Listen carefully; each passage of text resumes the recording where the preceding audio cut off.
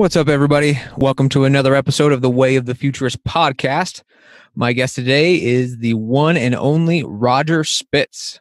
Roger spent nearly 20 years with BNP Paribas, the world's 8th largest bank, before launching his global foresight, strategy, and futures thinking organization called ExTech.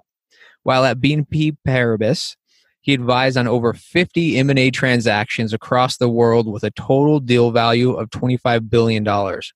Today, Roger's focus is on guiding companies through our accelerating and emergent future and training business leaders to be futurists. He's also an investor, professional board member, global speaker, and a contributing writer to the MIT Technology Review. In this episode, we discuss topics ranging from using science fiction as a key business tool to how his training in foresight and futurism led to his success as the head of technology M&A at BNP Paribas, along with other relevant topics that address how to prepare for a post-COVID world. Roger shares some insights, some key insights that will help you thrive rather than just survive during this time of technological evolution. Have a listen, share it with your tribe, and while you're at it, please connect with Roger and I on social media and let us know what you think. Now, stay safe, stay healthy, and stay inspired. Now, let's get to it. Roger, welcome to the show. Great to be here. Thanks for having me, Brian.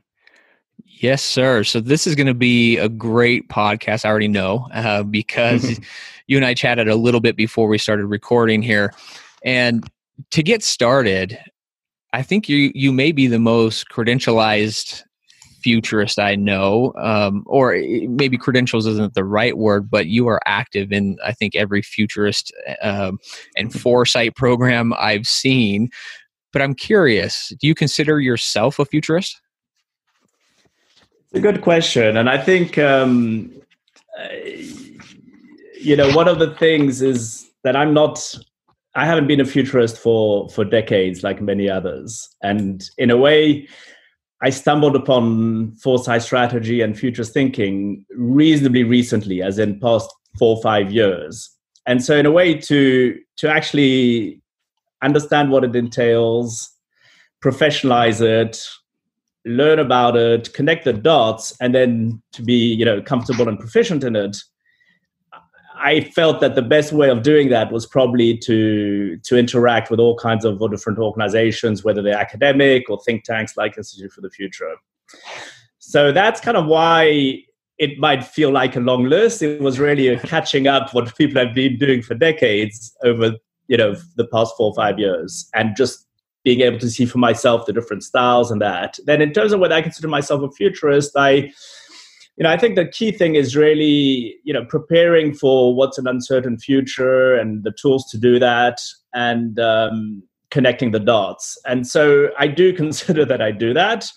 I haven't done that forever, and I don't necessarily take a narrow definition of that, but I do consider that, futures thinking is a key part of what I do day to day. Yeah. So it sounds like before you even got into all these programs, you were already thinking like a futurist. So I want to talk real quick about your work, your previous work in mergers and acquisitions.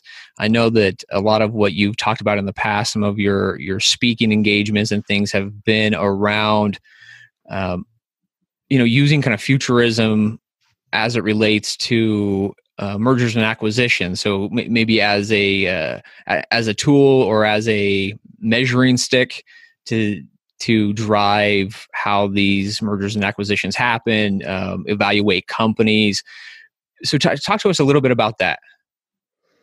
Yeah, so it's a good question because it's probably, I'm not saying it's a better or worse or background as a futurist, but it's probably certainly different. I don't think there are many M&A bankers that have been doing that for 20 years that are necessarily futurists today. But my journey was a funny one. I started my career as a pretty boring investment banker. and for which I'm now kind of seeking, redemption and forgiveness, of course. But so for 20 years, I was advising, CEOs, boards, shareholders on key strategic decisions for them, whether it's acquisitions, divestments, joint ventures, some strategic investments. And I was doing that in my capacity as head of technology, mergers and acquisitions for one of the large global banks. And so in a sense, you're thinking ahead. So it is forward-looking. You are trying to anticipate how industries are moving, what emerging startups or technologies are coming out to eat someone's lunch, and whether an M&A transaction might kind of help future-proof in that. So I advised for many years clients, globally, initially based in London and Paris, and then more recently in San Francisco. And what I found more recently, in particular, probably past 5-6 years, is that with the accelerating speed and disruption and change, it was evident that the more traditional strategic or M&A playbook was of limited value for organizations to future-proof themselves. And so that was the real encounter, which is, okay, that is just a very narrow filter and it's not necessarily helpful.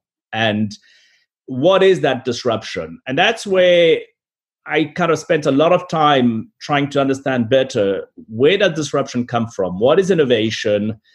Seeing all these startups emerging out of nowhere and changing completely entire industries, new business models, platforms. And so I spent time to understand basically innovation disruption for the past few years. And so I spent time in Israel working with accelerators, venture capital firms. I spent time with organizations like Santa Fe Institute on complexity, or the D School for design thinking, singularity, etc., the list you alluded to earlier. And started spending a lot of time also with academic organizations, because I felt that the line was more and more blurred between the accelerators, academic organizations, and the business world. And that's the journey that basically brought me to where I am today. It brought me to kind of professionalize my focus and understand that actually foresight strategy and futures intelligence was probably a good way and a good frame to look at the world. And therefore, initially when I set up Tech Essential, which is technology and existential, it was as a research and education platform on innovation and disruption. And then that led me to kind of refine that and understand that really what you're looking at is really trying to make sense of how to better prepare for the lack of visibility you might have in an uncertain and complex world. So you mentioned a number of things that I'm interested in and that I would love to dive into. We don't have enough time today to dive into all of them. But the first one on the list is science fiction. So you said you participated in all these groups. You went to Israel. You've gone to accelerators, talked to VCs. All these different groups. What you didn't mention is science fiction writers and how that helps shape your view. But I know it does, and I know that because you held an online conference recently called, if I remember correctly, let's see if I have it. Where is it? How science fiction. Oh yeah, science fiction used as a key business tool. Science fiction as foresight, right? Exactly. And I tried to register for that online conference, and there were no seats available when I tried. So I know people signed up for that. Talk to us about science fiction writing and how that can be used as foresight. And are there science fiction writers that you specifically like to follow or think about? And what do the new sci-fi thrillers point to as our potential future? Yeah, so it's a great question, and in a way, the journey I described earlier for foresight strategy, it was a little bit the same for science fiction. So I always feel a little bit of an imposter with science fiction, because you have people who are writers, people who are born, geeking up on every single possible, author, book, and I have to say I had some interest and in some of the movies and some of the themes and that, but I never really spent much time taking it. I'd never had a genuinely deep interest, nor did I spend time on it. But as part of the journey I described earlier, a few years back, I started realizing, in particular in Silicon Valley, how important it was as a tool for inspiration around the futures. And so that's when I started looking at it again. At the time, I was just in investment banking, advising companies, and trying to get a better sense of innovation and disruption. And so that's where I took it to, it's almost absurd when I think about it, but I kind of stumbled upon how businesses use science fiction. And so for the past, I'd say 4 years, I've been very interested and been to a number of, events and reading around how does business actually use science fiction. And so I don't have a long list of, preferred authors or preferred themes and that. I do try and follow thematically, how important science fiction can be in terms of, helping get a sense of what possible futures might look like. Not as a predictive tool, but with a blank page that's unconstrained in terms of your imagination. And I think the value of, I know there are hundreds of anecdotes, and I can give you some if you're interested, and, the Minority Reports of science fiction writers and movies and books that have kind of, in a sense, if you can call it that, predicted at some point in time a future. But really, I don't think either science fiction or futurism as such is really, the benefit is mainly as a prediction tool. I don't believe that. I think ultimately it's used for unconstrained imagination. It's used for innovation. It's used to challenge certain assumptions. It's used for blank page and everything we know. And so from my perspective, I think that it really boils down to having a framework which is different, a perspective which is different, a blank page, not being constrained, and then effectively, seeing that imagination can be even more strategic than the analysis, which is often shoved down your throat in terms of business tools. I've seen, so for instance, Ready Player One. I read that book and then started in 2016 when virtual reality started to become kind of consumerized, and you could actually go buy some really decent headsets.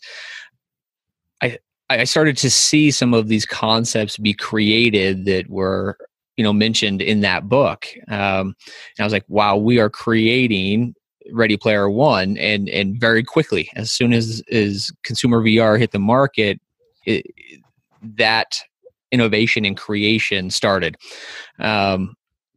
And I thought it was very interesting. Now, there is an article out there by Pat Riley that I really enjoyed called Why Solarpunk, Not Cyberpunk is the Future We Need Right Now. And it talks about science fiction and the cyberpunk science fiction, and then the solarpunk science fiction. And so I actually talked to him. I said, hey, I would like to discuss this further with you. I didn't know Pat, but I reached out to him and we jumped on a call yesterday and kind of talked through some of these things. And, one interesting piece to that is, yes, we could look at cyberpunk as dystopian. And if we build that direction, we get to decide to build that direction or not. One of the things that was interesting to me is science fiction can almost be this warning sign. So we need the science fiction to be dystopian at some point, in my view, because it shows where we could be heading if we don't mitigate the risks, if we don't take some of the things we're seeing in those dystopian science fiction writings and do it differently. So we're like, okay, this is where it could lead. We don't want to be there, so we need to do it this way. But it almost helps to see it, read it, and see it in a dystopian light. What are your thoughts on that? What are your thoughts on solarpunk, or just building solutions that truly benefit society, leveraging these technologies rather than just building them to build, and building so quickly that we don't even know what the unintended consequences are? Yeah. So a lot of points there that are very interesting, and in particular the unintended consequences, which in terms of looking at the next order implications of things, which one often doesn't do. But I think in a way, and that connects the dots with our previous discussion around science fiction as a foresight tool and why businesses use it, is that what you're looking at is, I guess, okay, you have the world if it continues as it is, and even before COVID, we knew that that's not necessarily the case over time. And therefore, you're looking at alternative, plausible futures. And so science fiction gives you that, as we discussed earlier, that level of imagination and that blank page to imagine alternative, plausible futures. And then within that, because one has agency, what one tries to do is look at what is our preferred future. And so indeed, it's very important to both look, in a way, peek through the looking glass to see what might be ahead. And so that's one role that's fulfilled, and good, bad, ugly. It's just that it's plausible, and you probably don't want to ignore that possibility. But within that, you also want maybe the inspirational or the aspirational side, which is which one do you prefer? You have agency over it, and how do we kind of try and get to the one that's preferred? So indeed, within those two choices of, what does the road ahead look like? And then what's the map to navigate there? And within the choice between Solarpunk or Cyberpunk, for sure, Solarpunk is more optimistic, it's more equitable, it's more promising, it offers solutions, to reach that destination. And so you're going to go for that, right? Because it has practical ways of doing it. It sounds perfect. You'd, of course, go with the Solarpunk option if that was it. I think where Cyberpunk is important is exactly as you said, Brian, is that yes, it's dystopian, and it gives you the sort of familiar warning signs of what could go wrong and the darker outcomes and everything we know. However, it is a plausible future, and those warning signs are precisely, the ramifications of certain choices one might make, some within our control, to sort of avoid them or to have them materialize. So I completely agree with that now is a time to find new narratives for individuals, for society, for companies, and that we should be aspirational in terms of where we're heading and ideally towards a preferred future. Where I I'm a bit reluctant to ignore Cyberpunk, other than the warning signs you alluded to, which is absolutely spot on, is that even if you can't avoid the Cyberpunk, there are certain ways where you might need to prepare or adapt. And I think that it's unfortunately may not be so binary that you have full agency or that you can guarantee the preferred future of the Solarpunk. And that's where, today, to be perfectly honest, and I hate to say that, while I'm generally, positive, and I think that ultimately we do have agency over the future, we can't ignore the strength that China will take from what's happening. We can't ignore the social implications on economies of what is a very hard hit, which may be prolonged. We can't ignore the dominance of certain tech themes, which might have compromises which aren't, perfect. And all of that means that, we're going to need to reflect how it relates to possible plausible futures, which might be hybrids between, the good and the bad and the ugly. And therefore, as much agency as possible to direct us towards the future we prefer, but also understanding that we need to kind of make the most of and adapt and redirect some of the darker outcomes. Yeah, I would agree. And I don't, man, we could have just a whole podcast episode on this one topic because there is so much there. And I know I talked to Pat, the author of that article, for at least an hour on these topics as well. Like you. It's a great article. Yeah, it really is. And at the end of the day, we both kind of came away with this needs to happen. We need to have almost a social change. But how, what are the actual mechanisms for having that work? And there's some ideas, but I don't want to dive too deep into that right this second. One thing that you mentioned earlier was Israel.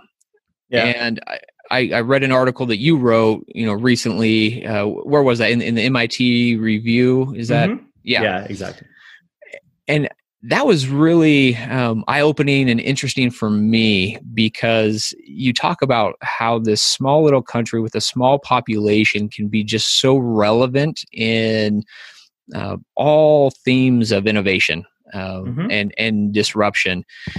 And for all you listeners out there, I will put the link in the episode notes so you can easily find it.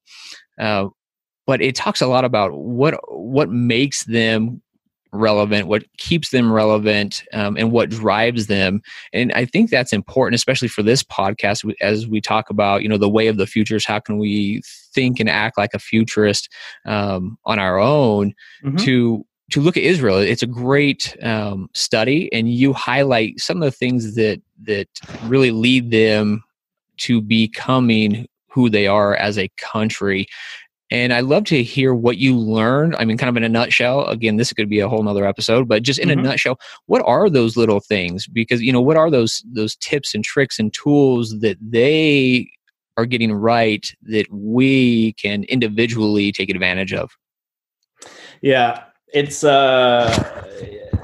it was fascinating. I mean, I had the luxury of spending in September. I was speaking at a few events and doing some work, and I decided to just spend a few weeks in Israel, and of course tourism and a number of things. But one of the areas I was very intentional about is meeting probably close to 50 from entrepreneurs to academics to professors to even, we know the lines between the military and the government and entrepreneurship are quite thin. So all kinds of people in organizations, which I probably don't even know what kind of things they do in their real life, but effectively getting a broad set of perspectives around innovation disruption. And I had a few takeaways from that, which it's difficult to summarize. And you're right, it's a big topic. But I think the first thing that I found extremely interesting is in terms of basically it starts as a kid. There's a culture, there's a way of doing things, and there's a great book which Inbal Arieli wrote, which is called Chutzpah: Why Israel is a Hub of Innovation and Entrepreneurship.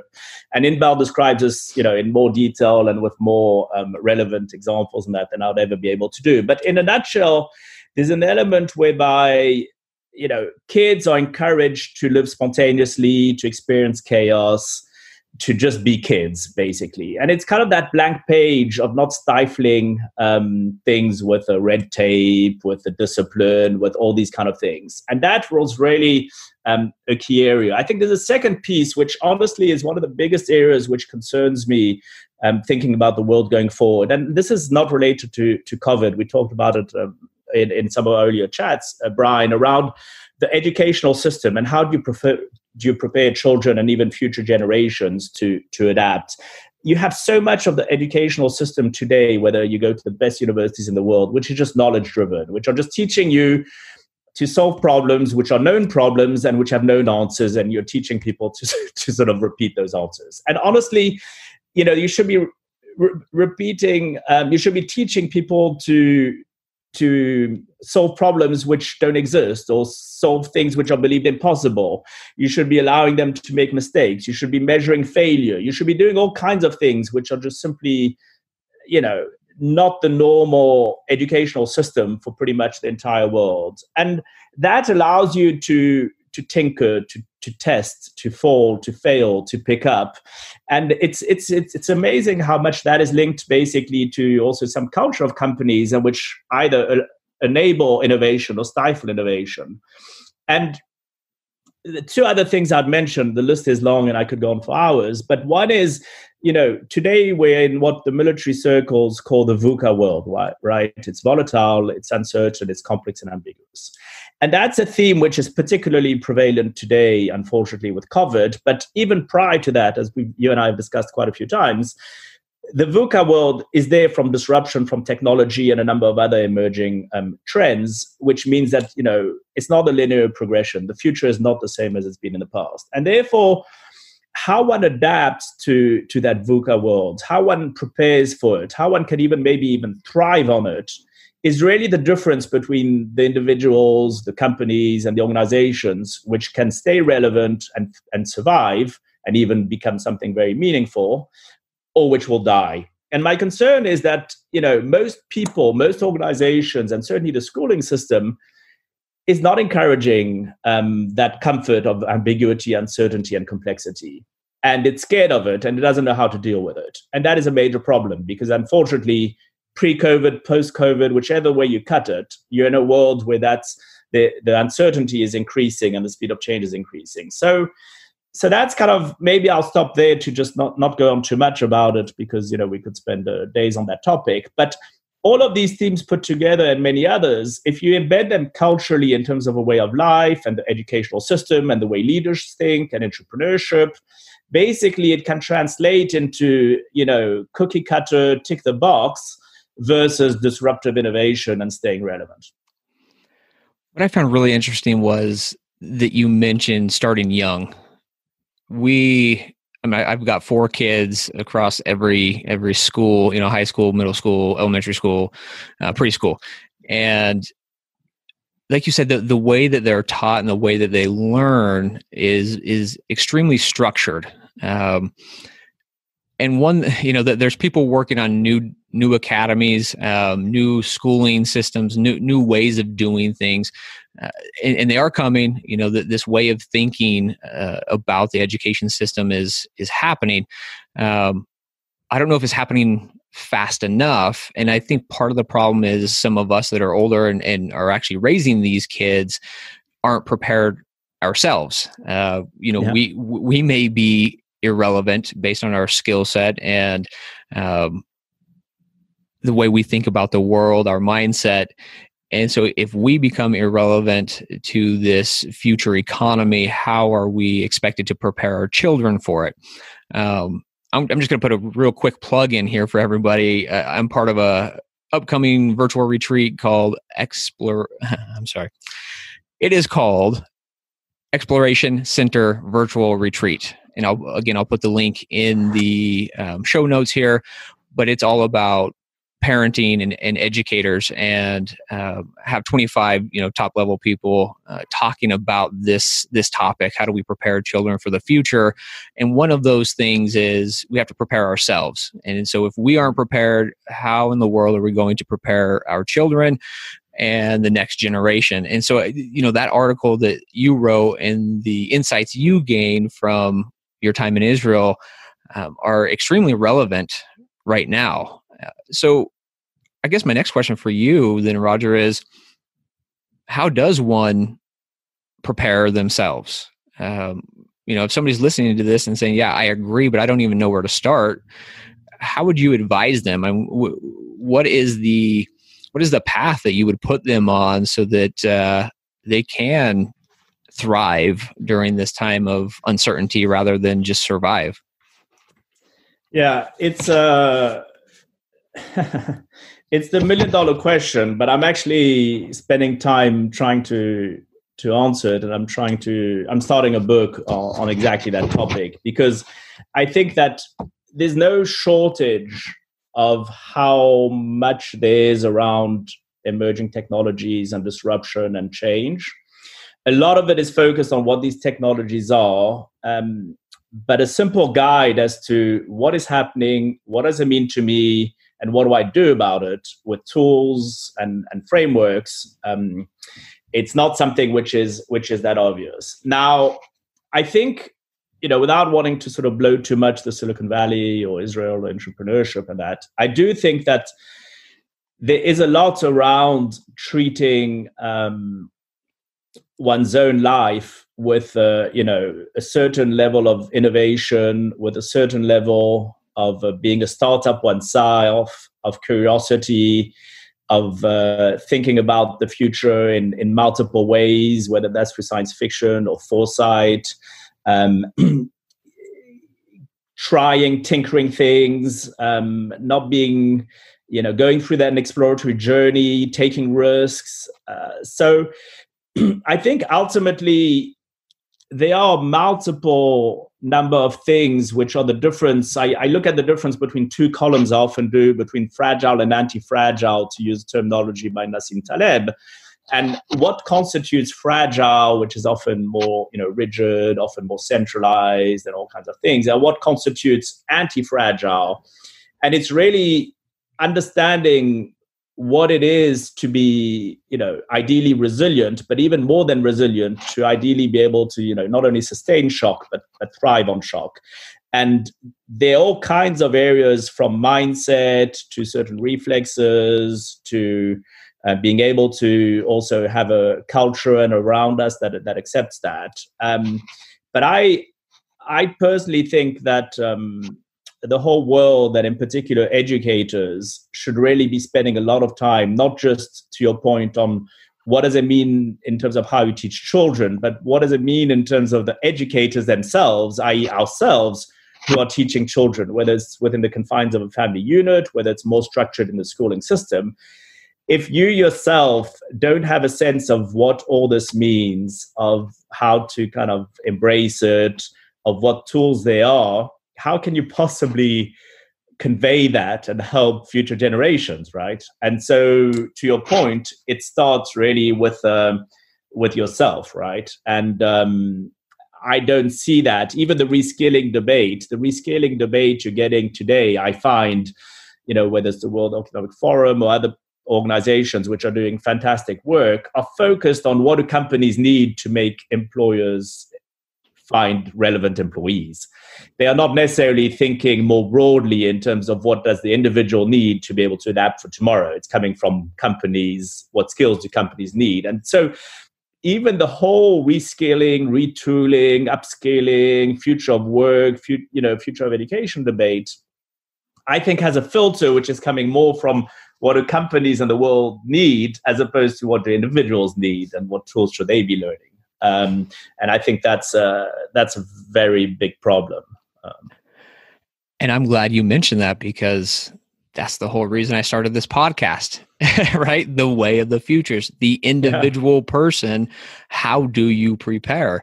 And it is difficult because there's so much happening all at once. We have the internet. The internet changed everything, but it was kind of one technology.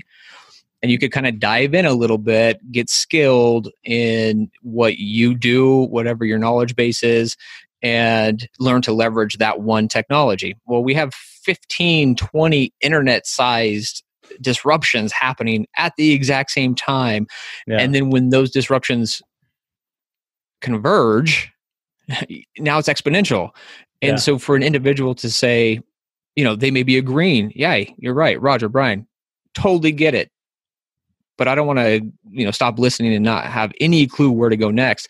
So, Roger, I typically finish my episodes with this question, and I know we're running up on time here pretty quick, but I don't want to be done yet. But I am going to ask the question right now because it just fits so well. So, you're starting this book, you're starting to write this book, putting the concepts together, putting the framework together. But if you were to create a quick start guide.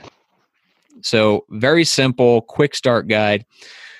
What would be the first 2 or 3 steps that you would recommend for that quick start guide to get people started on thinking and acting like a futurist and becoming educated in foresight? So just, simple steps that somebody listening right now could just go out and do, and it would make a real impact in their lives. Yeah. So like many of the things I've talked about, having been in a very structured environment for many years, a lot of what I've discovered is recent. But I would say that one of the discoveries probably 4 years ago, which helped me a lot, was design thinking. Mm-hmm. And the one book in particular, which helped me around a lot of things we're talking about, is a book called Design Your Life. And in a way, it's a practical, I think I can, almost call it tools or framework, which is really what we need, where Design Your Life goes through how you can be thinking about yourself as a kind of blank page, how you can try things, fail things, and how to move away from the more formulaic, structured, you go to university, you choose a subject, etc. So I would say number one is simply read and go through some of the workshops of that of Design Your Life, which I think is great. I think number two, there's an element which is around curiosity and not taking assumptions for granted.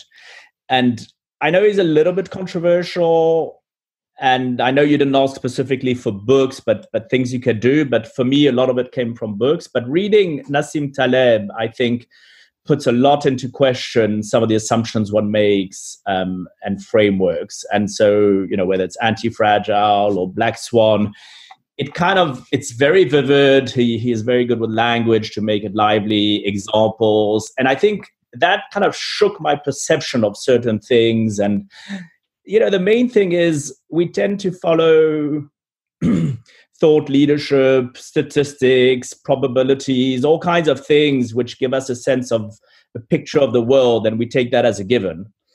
And that is not how it is. And actually, you can kind of change the filter through which you see the world. So that's the kind of curiosity, having the right filter.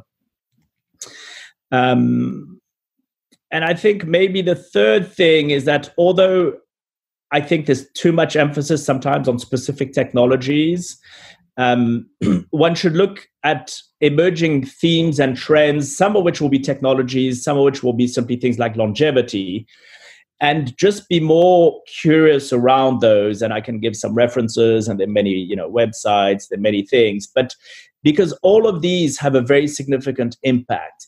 Take longevity. It's not whether you believe that you're going to live 400 years or whether you need to understand the underlying technologies or what have you in longevity, but it's just simply understanding that you'll probably live to 100 years old. What does it mean to live to 100 years old in terms of your savings, your career, your energy, and all kinds of other things? And again, as an example, there's a book, and I'm not related to that book or that author, called The 100-Year Life. But as you kind of move down the rabbit hole with these interests and you open your curiosity, you'll change the filters with which you see things. And I don't think you necessarily need to take foresight or futurism in terms of, taking formal books or structures or courses on that.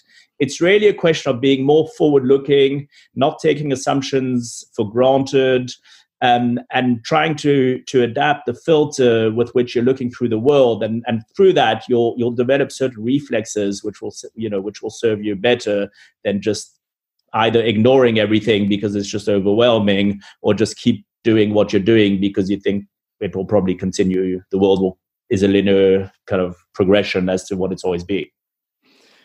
Yeah, I mean, the future is more uncertain than ever before, and understanding where trends are headed and who are leading, who are the people leading those trends. It could be investors, it could be educators, it could be governments, it could be entrepreneurs, it could be grassroots. These communities. Yeah. The internet has made it so easy for us to find our tribes, our own little tribes. So what are these up and coming tribes where voices are being heard, and just gaining a better understanding of different perspectives? I can't remember who said it, but it's a quote I think about all the time, and it's that 7 billion people 7 billion people experience today differently than I did. 24 hours, but there's 7 billion perspectives of what happened, and experiences. Even you and I are having this shared experience, and we're experiencing it differently. And so that helps me to get out of my own head. So when I'm looking at a problem that I'm trying to find a solution for, I think of somebody else out there and think, okay, well, based on what I know about them, how would they look at this situation? How would they potentially think about it? Because it just helps me think through these things, and it's a lot of curiosity. I can't say that enough. We have to be a more curious people. So to finish up, kind of the last topic I wanted to talk to you about is getting your thoughts, or I guess it's not even thoughts. I want to know, what are you excited about right now? In general, or specific to technology or a theme, or let's have fun here. It doesn't have to be anything on topic that we've talked about. It doesn't have to be futurism. Just what are you personally excited about? And then maybe follow that up with as it relates to this conversation that we've been having. And if it's one and the same, that's great too. Yeah. Listen, I think the area which, despite the complexity and tragedy of what's happening, the area that gives for me some hope and some excitement is that it will accelerate change. Now, change for the sake of change is not necessarily a good thing, but certainly given everything we've discussed and the way the world is evolving, and even without COVID, the lack of change, the lack of awareness of how things could evolve, of the need to adapt, all the things we've talked about. One of my biggest concerns was that effectively institutions, educational systems, the way companies were led, the way countries were led, the way people were governed, everything was basically pretty much a status quo, pretending that, things would be fine, they'd always be fine, they would never change. And I think that what this is forcing at all levels, organizations, companies, countries, individuals, society, across the world, what's sure is that it will accelerate change. And more importantly, from an existential perspective, we have agency over that change. And I think I haven't mentioned him yet, but he's one of my most preferred authors. And to use his words, there are very few, if not no adults in the room. Yuval Harari is one of the few adults in the room. And he sets out, the importance of these changes, which will happen for sure and accelerate. But the important point is the agency, not necessarily for control, but agency and influence we can have over those changes. And I think the excitement is that this is an opportunity for us to see what role we want to have and how we can influence those changes and what changes we kind of want to drive towards for a preferred future, as opposed to just something that's imposed on us and that we kind of just take in a passive manner, or continuing as if everything was fine and will always be fine. And we know for sure now, but even without COVID, unfortunately, the status quo and the head in the sand wasn't necessarily the right approach. Yeah, I think COVID has exposed us as individuals, exposed companies, has exposed governments in many ways. And now that we've all been exposed at some level, even on a personal level, I look at it and go, I've been exposed in these ways. Meaning I wasn't prepared. I wasn't thinking correctly. Maybe I was talking about a certain topic, but I wasn't living it, right? I wasn't doing what I was saying. And realizing that being exposed in this way, I hope will lead people to be more intentional. As you were saying, we have agency. For me, hopefully, some of the smartest people in the world say, let's go solve some grand challenges and stop building the next, whatever app or the next ad network, so that companies can get in front of us easier, quicker, whatever. Can we reframe what it is to truly live intentionally? And I'm hoping that's what will come out of this as well. I'm excited and almost nervously excited to see where this all goes, but I'm also optimistic that we will start turning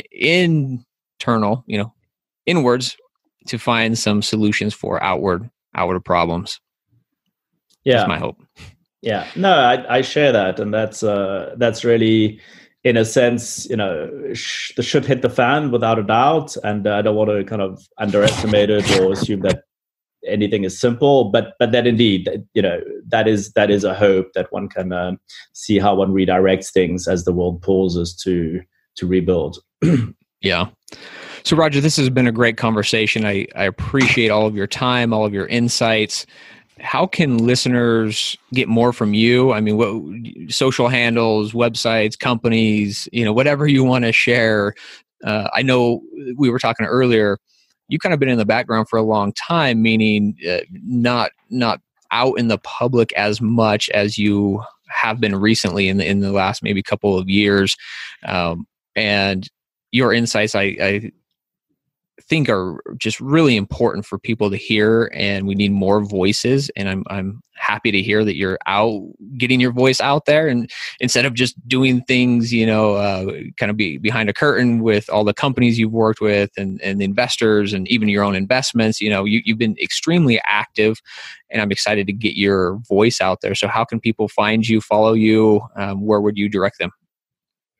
So I had Twitter handles, and I'm told Twitter decided to suspend it, probably because they picked up COVID in an article from The Atlantic I posted or something. But hopefully that will be restored. I'm on Instagram, and but indeed, Brian, I have not, because I've been in quite a structured environment until quite recently, I've not been able to be out there as much.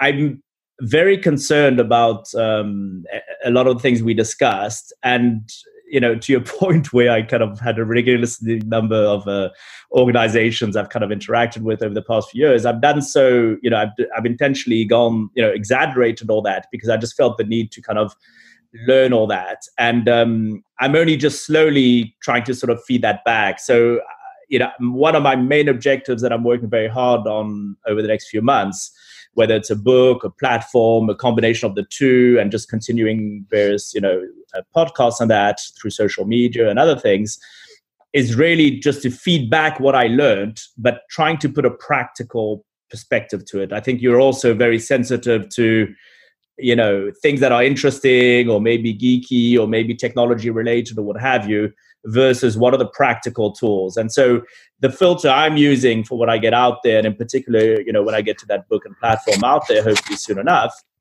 is really to make it very practical toolbox and frameworks versus just pages and pages of what have you. And so I'll try and do that as we go along. And then hopefully at some point I'll have something more substantive that's self-contained that, will just be a drop in the ocean, but hopefully a helpful drop. And so if somebody wants to be in touch with you to know when all of that drops and you're ready to rock and roll, would that be through LinkedIn? Just connect with you there? Would it be Facebook? Would it be, what's the best platform? Yeah, so LinkedIn is great. My website even has emails to reach out to me. And I'm generally, hopefully Twitter at some point will understand me, but I'm generally as reactive as I can. I love to get feedback. I've been in an environment which was more, as you sort of said, behind closed doors and more kind of corporate-y for pretty much 20 years. And I'm kind of really, one of the things I love about what I'm doing every day is to be able to interact openly. So if anybody's interested, please reach out. I'm sure you'll find it very easy to reach me through some of the things we just discussed. Great. I will share, some of those links just in the show notes. People can easily find you.